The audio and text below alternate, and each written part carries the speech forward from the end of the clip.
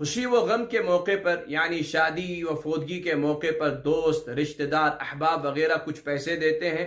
یہ پیسے رجسٹر میں ان کے ناموں اور رقموں کے ساتھ لکھا جاتا ہے۔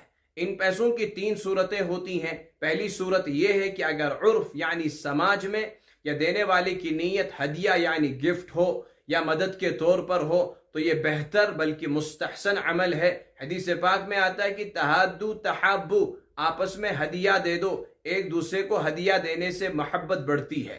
دوسری صورت یہ ہے کہ اگر عرف یعنی سماج میں یا دینے والے کی نیت اپنی باری پر مزید کچھ رقم اضافہ کر کے یا ڈبل کر کے لینا ہو تو یہ سود ہوگا، جو کہ اسلام میں جائز نہیں ہے۔ تیسری صورت یہ ہے کہ اگر عرف یعنی سماج میں یا دینے والے کی نیت اپنی باری پر برابر سرابر کر کے لینا ہو تو یہ قرض ہوگا۔ تو بلا ضرورت قرض لینا ٹھیک نہیں ہے۔ اگر قرض لیا ہی ہے تو اس کو برابر سرابر لوٹانا ضروری ہے، ورنہ حق تلفی میں شمار ہوگا۔ لہذا جہاں کہیں پر بھی خوشی و غم کے مواقع میں پہلی صورت کو چھوڑ کر دوسری و تیسری صورت ہو، وہاں پر پیسے لینا دینا دونوں درست نہیں ہے بلکہ ناجائز ہے۔